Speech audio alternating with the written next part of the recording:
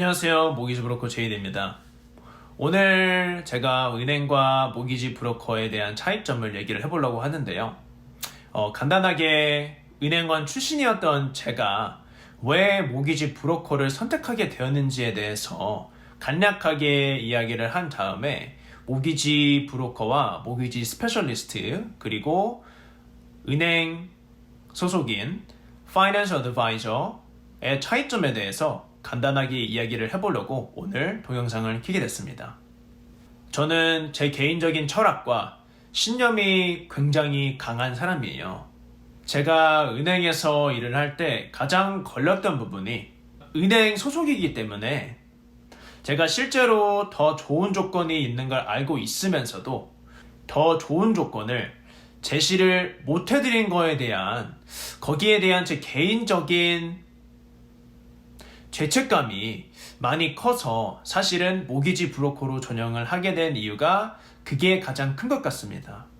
왜냐면 저랑 진행하는 것보다 다른 은행이랑 진행을 했을 때 더 좋은 조건을 받으실 수도 있고 그리고 더 좋은 이자율을 받으실 수도 있는 조건을 가지신 분들한테 제가 단지 그쪽 은행에 소속돼 있다는 이유만으로 이 은행이랑 진행을 하세요 라고 말씀을 드리는 거는 물론 제가 은행 소속이기 때문에 비윤리적으로 했다라고는 말씀을 드릴 수가 전혀 없습니다.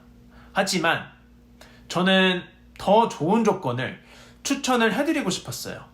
하지만 저는 은행에서 월급을 받으면서 일하는 직원이고 그러면 저는 은행의 이익을 위해서 일을 할 수밖에 없습니다.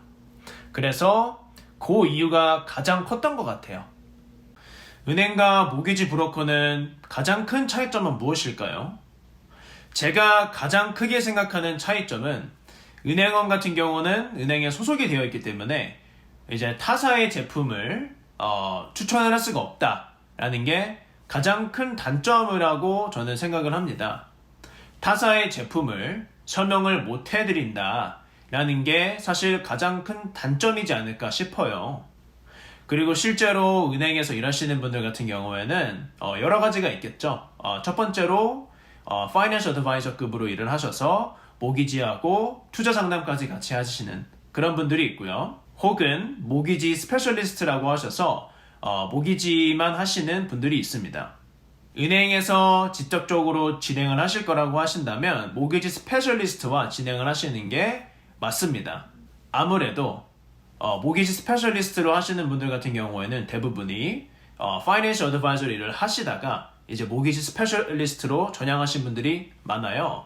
그래서 아무래도 기존에 경력이 있고 경험이 있기 때문에 그만큼 이제 큰 데이터베이스가 있겠죠. 아무런 경력도 없이 모기지 스페셜리스트로 시작하시는 분들도 있습니다. 그런 경우는 굉장히 드문 경우고요. 실제로는 은행에서 경력을 많이 쌓으신 다음에 모기지 스페셜리스트로 넘어가시는 경우가 대부분이에요. 그래서 은행과 다이렉트로 진행을 하신다고 하시면 모기지 스페셜리스트하고 진행을 꼭 하시기를 저는 권장을 해드리고 싶습니다. 그러면 모기지 스페셜리스트와 모기지 브로커와의 차이점은 무엇일까요? 모기지 스페셜리스트는 은행에 소속이 된 은행 직원으로서 물론 이분들 같은 경우에는 커미션을 받으시는 그러한 이제 직종이에요. 하지만 은행에 소속이 되신 분들이죠. 그래서 은행 자체적인 펀딩을 하기 때문에 이분들 같은 경우에는 라이센스를 취득하시는 것이 자격 요건이 아닙니다. 그래서 라이센스가 없으셔도 모기지를 진행하는데 전혀 이제 어려움이 없으신 거죠. 하지만 모기지 브로커는 라이센스가 꼭 있으셔야 돼요. 라이센스가 있으셔야지만 이제 50개, 70개, 100개가 넘는 은행을 다루실 수가 있고 1금융, 2금융, 3금융을 다루실 수가 있습니다. 모기지 브로커 같은 경우에는 고객분들이 굳이 발품을 팔 필요가 없이 단 한 번에 신용조회로 여러 가지 은행의 조건들을 클라이언트가 원하시는 그리고 필요한 제품을 찾아드리는데 목표가 있습니다. 모기지 브로커를 이용하시면 가장 좋은 점은 수십 가지의 은행을 비교 분석을 해드린 다음에 가장 좋은 솔루션을 찾아드릴 수 있다는 그러한 가장 큰 장점이 있습니다. 똑같은 은행에다가 보냈음에도 불구하고 극명하게 차이점이 갈린 케이스도 간혹 있습니다. 실제로 은행에서 진행을 하고 계신 분이 있었는데 그분 같은 경우에는 똑같은 은행에서 진행을 했는데 거절해 나신 경우가 있어요. 그리고 나서 저한테 연락이 와서 제가 서류를 확인하고 똑같은 은행에서 진행을 하더라도 이거는 승인이 날 수밖에 없는 상황인데 왜 승인이 안 났을까 하고 클라이언트 분한테 제가 상황 설명을 해드렸어요. 그 다음에 제가 똑같은 은행에서 이제 진행을 했는데 제가 실제로 승인도 받아들이고 이자율도 0.2% 정도 더 저렴하게 받아들인 케이스가 있습니다.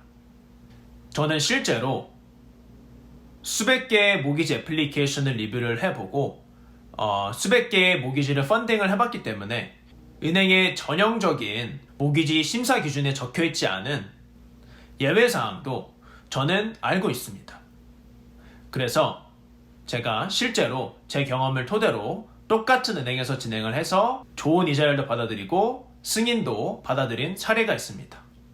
물론 이자율보다 더 중요하다고 제가 항상 말씀을 드리는 게 뭐냐면 본인이 향후 3년이나 5년 안에 어떠한 액션을 취할 것인지 그게 더 저는 중요하다고 말씀을 항상 드려요. 지금 당장 이자율을 0.1%, 0.2% 세이브하는 것이 많은 것처럼 보일 수도 있지만 3년, 5년 후에는 그 0.1%하고 0.2%를 세이브하신 게 오히려 도구로 작용하실 수가 있습니다. 가끔씩 모기지 계약 조항들을 보면 집을 팔지 않으면 집을 재용자를 못하게 하는 그러한 이제 조항들도 들어가 있는 경우들이 있어요. 그래서 실제로 집값이 많이 올라서 재용자를 받으셔서 세컨홈을 이제 구매를 하시려고 고려하시던 중에 은행에 가보니까 재용자를 하기 위해서는 모기지를 깰 수 없다. 그래서 진행이 불가능하다 라고 안내를 받으신 분들이 꽤나 있습니다. 그리고 본인이 2년이나 3년 안에 집을 팔 계획이 있었는데 고정금리로 모기지 계약을 하셔서 모기지를 이제 2년이나 3년 안에 파기를 하려고 하셨더니 페널티를 2만 불, 3만 불 이렇게 내야 하는 경우도 제가 굉장히 많이 봤어요. 그래서 이런 경우에는 변동금리로 하는 게 사실 정답이거든요. 지금 당장 0.1%, 0.2%를 세이브하는 것이 아니라 미래를 보고 내가 어떠한 이제 전략을 가지고 모기지를 준비를 해야 되는지에 대해서 이해를 할 수 있고 거기에 대한 전략을 정확하게 설명해 주실 수 있는 모기지 브로커와 일을 하시는 것을 저는 강력하게 추천해 드리고 싶습니다. 더 궁금하신 점이 있으시면 저한테 개인적으로 메일을 보내주시면 제가 전화로 친절하게 상담을 도와드리도록 하겠습니다. 감사합니다.